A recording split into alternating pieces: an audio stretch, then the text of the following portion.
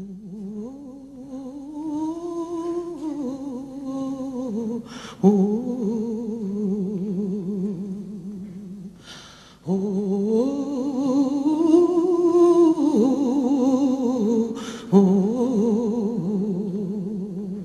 parle du mot résistance et du verbe résister. Résister. Tu es rentré dans l'élite armée à l'âge de 19 ans, en 1944, contre l'occupant allemand. Ouais. Et quand on a parlé tous les deux, il y a deux mots qui me sont restés, donc je voudrais que tu C'est développes. l'humiliation. Le mot liberté et le mot humiliation. Ouais. Tu m'avais dit, en fait, quand il y a l'atteinte à la liberté, il faut résister. Ouais. C'est la première chose que tu me dis, quand il y a l'atteinte à la liberté, il faut résister. Et tu m'as parlé à ce moment-là du cas grec. Et la deuxième chose, tu m'as dit, quand il y a humiliation, enfin, dans l'humiliation, il y a quelque chose, une sorte d'abandon, quelque chose que... Donc j'aimerais que tu développes ces deux mots-là, si tu veux bien. Ouais. Quand tu dis, quand il y a atteinte à la liberté, il faut résister. Voilà ce que tu m'as dit. Et tu m'as parlé du cas grec. Tu peux m'en dire un peu plus ? Oui. Bon, mais le mot... Mais d'abord le mot... Attends, je veux te dire que le mot résister vient après le mot humiliation. Bien sûr. Hein? Alors, on commence par le mot humiliation, alors. Bon, le mot humiliation... Mais là, tu veux... Vas-y. Le fait de la défaite, pour moi, gosse, adolescent, à 15 ans, c'était une humiliation parce que c'était pas possible. À l'école, c'était pas possible. Ce qu'on nous contait à l'école, c'était que nos soldats étaient forts, que notre armée était extraordinaire, et puis toute l'histoire que j'avais reçue de Vercingétorix jusqu'à Jeanne d'Arc en passant par Charles Martel. Ouais, Charles Martel, bon, mais c'est la vérité, Charles Martel, c'était pas possible. Et puis on les avait battus en 1914, hein, et les généraux, on avait des généraux très forts, voilà. Donc je parlais comme ce que j'avais appris, je parlais pas de la force des soldats, hein, tu vois, je parlais pas, je connaissais pas l'histoire véridique comme maintenant on la connaît, on commence à la connaître. Hein. Et je parlais comme un adolescent, et c'est tout, qui avait sorti ça de l'école. Et lorsque les gens âgés reprenaient le même refrain, ben j'étais sûr qu'on allait être vainqueur, quoi. Hein, on allait être vainqueur. Et déjà, j'étais presque fier de la force de notre armée, de nos soldats. Enfin voilà, je ne devais pas être le seul comme ça, je ne pouvais pas être le seul. Et puis je t'ai dit là que ma mère elle arrive et elle va chercher une commission, elle revient et Madame Teglia.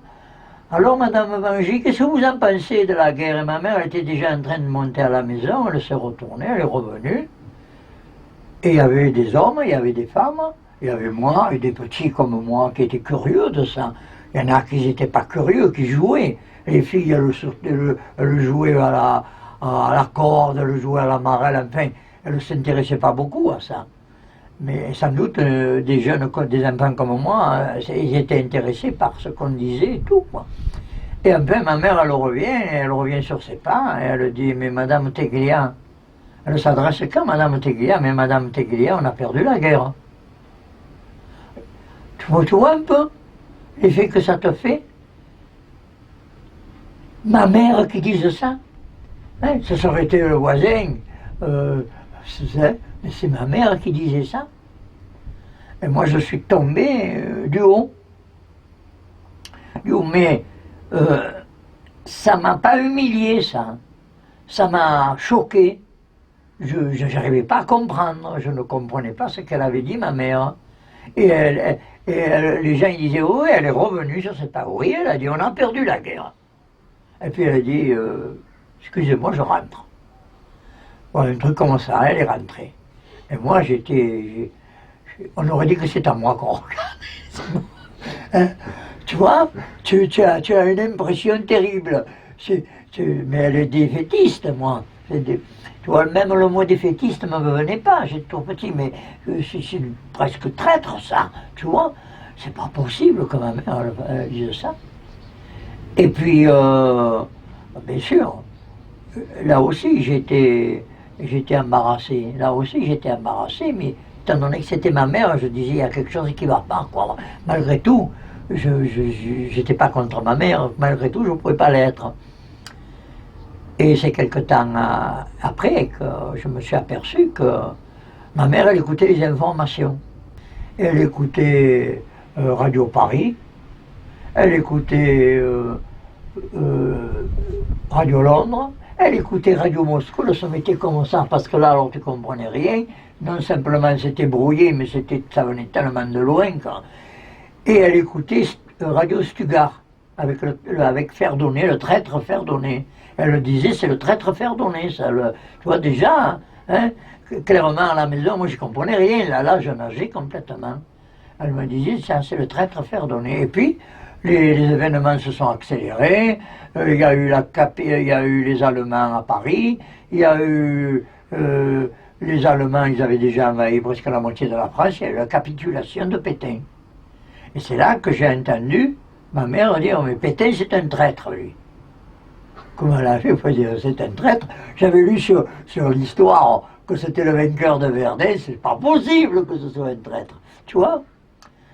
Et pourtant ma mère elle a dit c'est un traître. Et une fois que je travaillais et qu'il venait Pétain, j'ai dit à ma mère, il y a Pétain qui vient aujourd'hui. Ma mère elle a dit je le sais. Elle m'a dit... il est à Marseille. À Marseille, oui. Il venait à Marseille.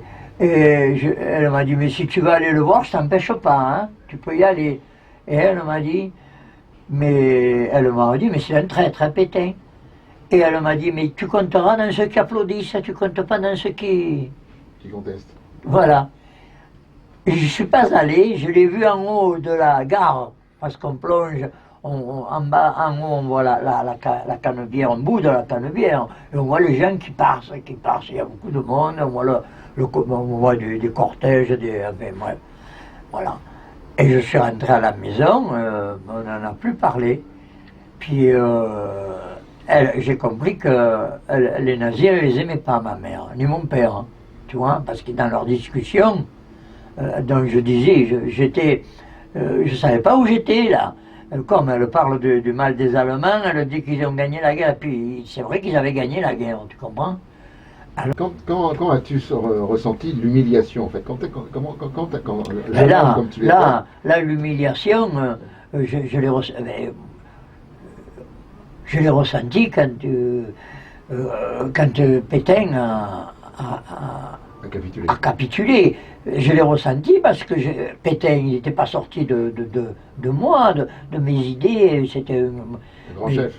C'était un grand chef, mais j'ai dit, mais nos soldats, ils ont eu peur, ils étaient lâches, tu vois. Ouais. C'était humiliant, quoi. Alors moi, j'avais pas mon père qui était... Mais il y avait des gens qui avaient leur enfant qui était... Des mères qui avaient leurs enfants qui étaient mobilisés, il y avait des femmes qui avaient leurs maris mobilisés et qui ne savaient même pas où ils étaient. Hein. Alors c'était le plus beau, ça. Ils ne savaient pas où ils étaient parce qu'ils étaient quelque part sur le front, et tu donnais le numéro du régiment et le nom du destinataire. Du destinataire. Et puis alors, c'est fini, tu ne savais pas. Si tu voulais savoir où il était son régiment, tu prenais Radio Stuttgart et tu avais le traître Ferdonnet qui disait ce régiment il est là, ce régiment il est là, tu te cassais les bras. Ouais. La propagande. Hein? La propagande. Oui, la propagande, mais il te le disait où ils étaient. Ouais. Parce qu'il y avait l'espionnage, hein. Ouais, il te disait où il était, tu vois, au début de la guerre, là, je suis revenu en arrière, mais il te disait, moi j'ai entendu, je l'ai entendu.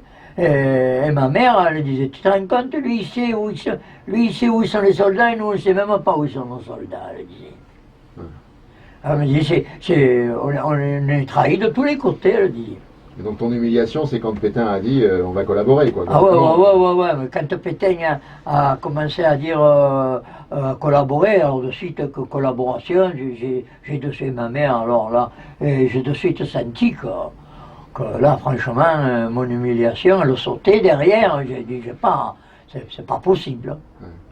Ouais. J'ai commencé un peu à comprendre beaucoup mieux. Comment on se sent quand on est humilié comme ça Quand on est humilié, on dit rien. Hein. Ouais. On dit rien. Hein. On est humilié pour soi-même, on n'est pas humilié. C'est pas une chose qu'on. Hein, ça se voit pas. Hein. Ouais. Pourquoi quand la dernière fois en préparant cet entretien, tu m'avais dit, avais évoqué le cas grec quand tu as parlé d'humiliation. Ah ben parce que les Grecs sont humiliés là. Même s'ils sont obligés de le faire, ils sont humiliés. Ils le savent. Hein. Là justement, ils en parlent aujourd'hui sur l'humain. Eh bien, ils le savent, ils sont obligés de faire ça avec espoir de faire quelque chose qui arrête. Mais tu sais comment c'est, hein. Alors, je te prêterai cette humain, tu la liras. Et je pense que le peuple grec est humilié. Hein? Comme tu sentais que le peuple français était humilié en 1940, est-ce que c'est la même chose? Non, je ne sentais pas que le peuple français était humilié. Moi, j'étais Toi, tu humilié. l'étais. Hein? Toi, tu l'étais. Et j'ai vu mon père et mon père, il le supportait guère, parce que j'avais jamais vu pleurer mon père. Et quand les Allemands sont rentrés, il venait du travail de Danville, il a vu les Allemands avec. En 43. En 43. Et bien, mon père, je l'ai vu pleurer quand il nous a raconté ça, il pleurait. Donc. Un immigré italien qui pleure immigré sur la France. italien. Il pleure sur la France. Ouais, il pleurait c'est sans doute qu'il ne supportait pas et que lui aussi il devait être humilié.